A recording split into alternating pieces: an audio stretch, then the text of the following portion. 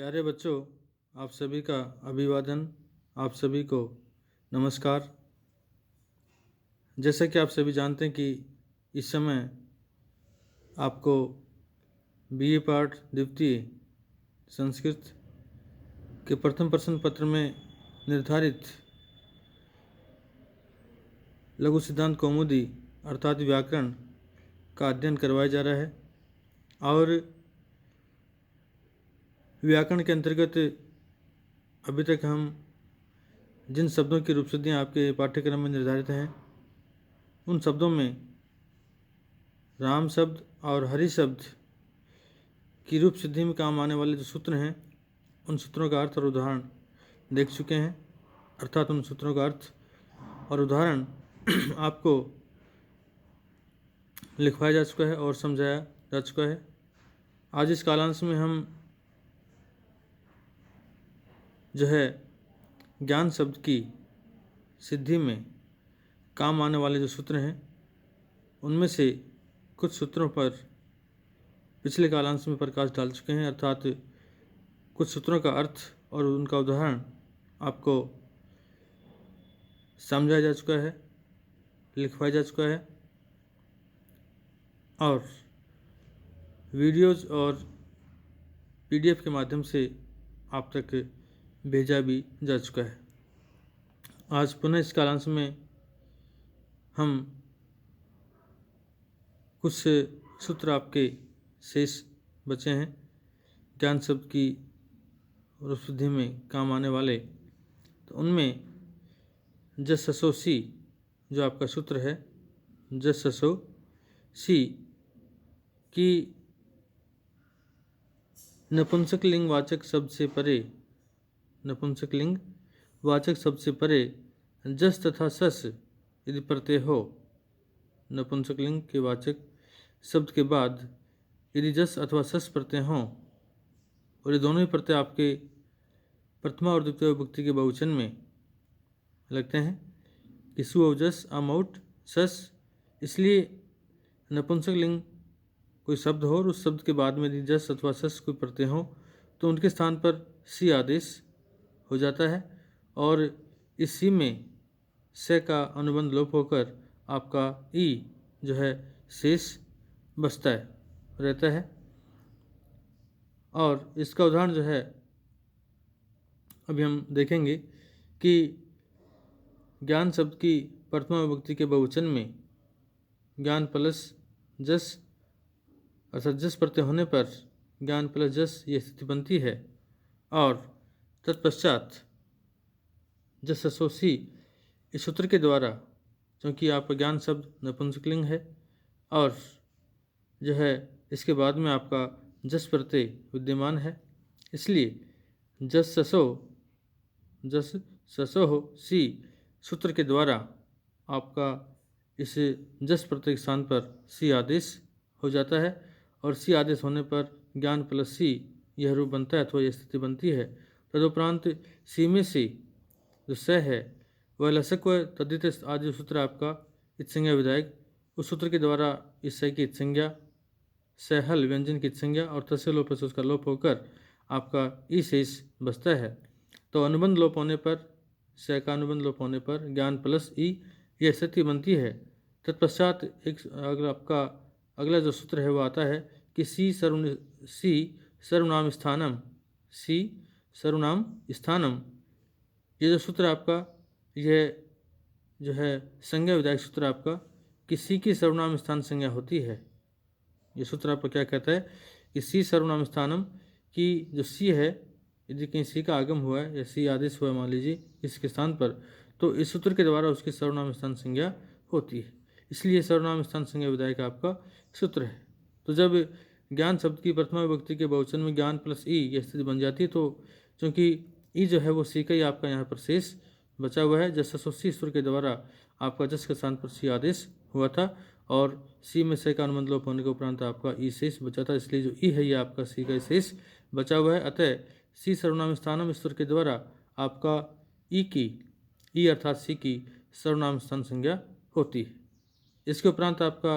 अगला जो है सूत्र आता है नपुंसकस्य झलचय, नपुंसकस्य जलचय। इस सूत्र क्या कहता है, इसका अर्थ क्या है आप देखिए कि जल प्रत्याहार का अक्षर जिसके अंत में हो, जल प्रत्याहार का अक्षर वर्ण जिसके अंत में हो, या फिर अच अर्थात कोई भी स्वर जिसके अंत में हो, तो ऐसे उस नपुंसक लिंग अंग का अवयव रूप नुम का आगम होता है यदि सर्वनाम स्थान संज्ञक प्रत्यय बाद में हो तो, यदि सर्वनाम स्थान परे हो तो। ये आपका इसका अर्थ है कि झल प्रत्याहार का अक्षर जिसके अंत में हो या फिर कोई भी अच स्वर जिसके अंत में हो, तो ऐसे उस नपुंसकलिंग अंग का अवयव रूप नुम का आगम होता है यदि सर्वनाम स्थान परे हो तो ज्ञान शब्द की प्रथमा विभक्ति के आपके बहुवचन में ज्ञान प्लस ई जब ये स्थिति बन जाती है और जब इस सी सर्वनाम स्थानम सूत्र के द्वारा इसकी सर्वनाम स्थान संज्ञा हो जाती है, तो इसके उपरांत ये सूत्र आपका काम करता है, क्योंकि ज्ञान शब्द है कि ज्ञान प्लस ई में यहाँ ज्ञान जो शब्द है आपका वह नपुंसकलिंग शब्द है और उसके अंत में अच अर्थात न में जो ए मिला हुआ है वह आपका ए अच है अर्थात स्वर भी है, इसलिए और ज्ञान शब्द से परे आपका सर्वनाम स्थान ई अर्थात ज्ञान शब्द से परे जो ई है उसकी सर्वनाम स्थान संज्ञा भी हुई है, इसलिए उसे ज्ञान शब्द नपुंसकलिंग ज्ञान शब्द के बाद में आपका सर्वनाम स्थान संज्ञक जो है वह भी विद्यमान है। अतः ऐसी स्थिति में जो है जो ज्ञान शब्द नपुंसकलिंग है आपका, उस नपुंसकलिंग ज्ञान शब्द के अवयव के रूप में आपका नुम का आगम होता है, नुम का आगम होता है। लेकिन यह नुम का आगम हम ज्ञान शब्द के अंतर्गत कहाँ करें, ज्ञान शब्द के आदि में करें अथवा अंत में करें या मध्य में कहाँ करें, यह नपुंसकस्य झलचय उस तरह उसने इस बात को नहीं बतलाया। उसने तो खाली इतना ही बतलाया कि जल प्रत्याहार का अक्षर जिसके अंत में हो या फिर कोई अच उसके अंत में हो और उस नपुंसकलिंग अंग का अवयव रूप जो नुम है वो उसका आगम होता है यदि सर्वनाम स्थान परे हो तो। वो सारी बातें आपकी ठीक है। यहाँ जो ज्ञान शब्द है आपका वो नपुंसकलिंग भी है और इसके न में आपका ए है वह स्वर मिला हुआ है, ये इसलिए ये आपका अजंत भी है, अजंत भी है और इसके उपरांत आपका सर्वनाम स्थान संज्ञक ई भी है क्योंकि उसकी सर्वनाम स्थान संज्ञा हुई है। लेकिन इसके उपरांत हम इस नुम का आगम कहाँ करें, इसका अगला जो आपका सूत्र वो बतलाता है मिदचो अंत्यात परे, मिदचो अंत्यात परे कि अचाम मध्य जो अंत्य अचों के अचाम मध्य की बहुत सारे किसी शब्द में मान लीजिए बहुत सारे अच हैं स्वर हैं, जैसे आपका ज्ञान शब्द है, ज्ञान शब्द में आपका ग में आ की मात्रा और न में ए अर्थात दो आपके स्वर मिले हुए हैं आ और ए, इसलिए किसी शब्द में मान लीजिए बहुत सारे अच हों और अचों के मध्य में जो आपका अंतिम अच हो, कि अचाम मध्य अचों के मध्य में यो जो अंत्य अंतिम अच है, तस्मात और उससे परे, तस्मात तो उससे परे, तस्मात परे तस्य अंतवयव मिथ्यात्, तो उससे परे जो है आपका मिथ का आपका आगम होता है, ये मिथ का आगम होवे। यहाँ मिथ से तात्पर्य है कि मिथ्यो अंत्यात परे कि अचों में से अंतिम अच से परे ही मिथ होता है। इस शब्द में मान लीजिए बहुत सारे अच हैं स्वर हैं और उन बहुत सारे स्वरों में से जो आपका अंतिम अच है उस शब्द के अंतर्गत, तो उस अंतिम अच के बाद ही आपका मिथ का आगम होता है। यहाँ मिथ जो आपका शब्द आया है इस मिथ का अर्थ है जिसमें मैकित संज्ञा होती हो। मैंने आपको कई बार शायद बताया भी है, मिथ है, टित है, पित है, कित है, ये सारे जिसमें जिस वर्ण की संज्ञा होती हो, जैसे मान लीजिए आपका नुम का आगम यहाँ पर हो रहा है तो नुम में मैकित संज्ञा होती है, इसलिए नुम में मैकित संज्ञा होने के कारण आपका नुम में उ और मैं इन दोनों की संज्ञा होती है, लेकिन आपका मैं इसके नुम के अंत में है, इसलिए मैकित संज्ञा होने के कारण आप इसको नुम को क्या कहेंगे, मिथ कहेंगे। मिथ का अर्थ है जिसमें मैकित संज्ञा हुई हो और नुम आगम हो, तो इसलिए नुम आगम होने पर जब आपका नुम आगम होगा तो उस नुम में उ नय में जो उ की मात्रा है और जो मैं आपका हलंत है, इस उ और मैं की इत संज्ञा होकर तस्य लोपस्त्र से आपका इन दोनों का लोप हो जाता है और अंत में आपका नय हलंत शेष बचता है। इसीलिए इस नुम को मित कहा जाता है। अब यह मित अर्थात जो नुम है आपका, इसको मित कह रहे हैं, ये कहाँ हो अर्थात इस ज्ञान प्लस ई इस स्थिति में इसका हम आगम कहाँ करें? तो अचों में से जो आपका अंतिम अच है इसके बाद ही इसका आगम आपका होता है। जैसे ज्ञान प्लस ई, इस ज्ञान प्लस ई जब आपकी स्थिति बन जाती है, जब आपका ये रूप बन जाता है, तो ज्ञान शब्द में आ और ए ये दो आपके अच हैं, स्वर हैं। इनमें भी जो आपका ए स्वर है, ज्ञान शब्द के नय के अंतर्गत जो आपका ए स्वर मिला हुआ है, यह स्वर आपका अंतिम है। अर्थात इस ए स्वर के बाद में या यह जो आपका ए स्वर है ये बाद में अथवा अंत में, इसके उपरांत आपका कोई जो आपका ई है वह आपका अंत में स्वर आता है, लेकिन वो सी का आपका ई शेष बचा हुआ है। यह नपुंसक लिंग शब्द की बात हो रही, इसलिए नपुंसक लिंग शब्द में अंतिम जो अच है वो आपका नय में ए है। अतः ए स्वर के बाद ही आपका मित अर्थात नुम जो कि मित है, मैं की संज्ञा होने के कारण इस नुम अर्थात मित का आगम जो है वह नय के उपरांत ही होगा। और जब इसका आगम नय के उपरांत आपका हो जाता है तो आपकी स्थिति क्या बनती है कि ज्ञान प्लस नय प्लस ई,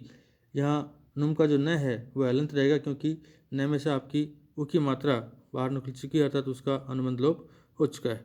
इसलिए फिर ज्ञान प्लस नय प्लस ई स्थिति बन जाती है और इसके उपरांत एक सूत्र आता है आपका सर्वनाम स्थाने चा असंबुधव, सर्वनाम स्थाने चा असंबुधव, अर्थात ये सूत्र आपका उपधा को दीर्घ करता है, उपधा को दीर्घ करता है। तो यहाँ पर एक बात आती है आपकी, उपधा को दीर्घ करता है, इट मीन्स उपधा क्या है? उपधा किसे कहते हैं? अलो अंत्यात पूर्व उपधा, अलो अंत्यात पूर्व उपधा कि अलो अंत्यात कि अलो में से जो आपका अंतिम हल है, अलो में से जो आपका अंतिम हल है, अलो अंत्यात पूर्व जो अंतिम हल है उससे पूर्व की आपकी उपधा संज्ञा होती है। अलो अंत्यात की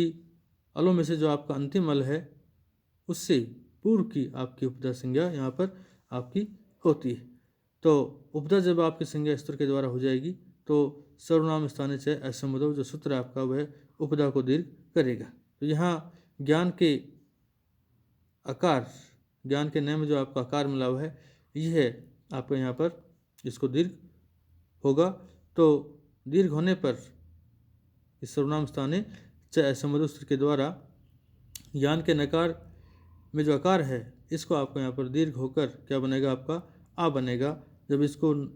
ए को आ हो जाएगा तो आपका क्या बनेगा? ज्ञाना प्लस नय हलंत प्लस ई, और इन तीनों को जब आप संयुक्त करेंगे तो आपका जो नय हलंत है अंत में उसमें छोटी की मात्रा मिल जाती है और क्या रूप बनता है आपका? ज्ञानानि। तो इस तरह से ज्ञान शब्द की प्रथमा विभक्ति के बहुवचन में आपका ज्ञानानि, ज्ञानम ज्ञाने ज्ञानानि यह रूप सिद्ध होता है अथवा यह रूप बनता है। तो इस तरह से आज इस कालांश के अंतर्गत हमने ये जो सूत्र हैं इनका अर्थ और इनका उदाहरण देखें। फिर भी आपको भलीभांति समझाया गया है, फिर भी यदि कोई इसी तरह की बात व्याकरण के अंदर कोई सूत्र का अर्थ या कोई और कोई अर्थ आदि या जो है आपको उदाहरण दिया गया है इसमें कोई बात समझ में नहीं आई हो तो निसंकोच आप जो है आप पूछ सकते हैं। और ज्ञान शब्द की सिद्धि में काम आने वाले सूत्र हैं ये इतने ही आपके सूत्र हैं। इसके उपरांत इसके जो रूप हैं वो राम की सिद्धि की तरह चलेंगे, राम के रूप की तरह चलेंगे। रामेण रामाभ्याम रामी, तो ज्ञानेन ज्ञानाभ्याम, इस तरह से ज्ञाने जो आपके रूप इस तरह चलेंगे। तो वहाँ जो सूत्र आपके काम आए हैं ज्ञान राम शब्द की सिद्धि में, वही सूत्र आपके इस ज्ञान शब्द की सिद्धि में काम आएंगे।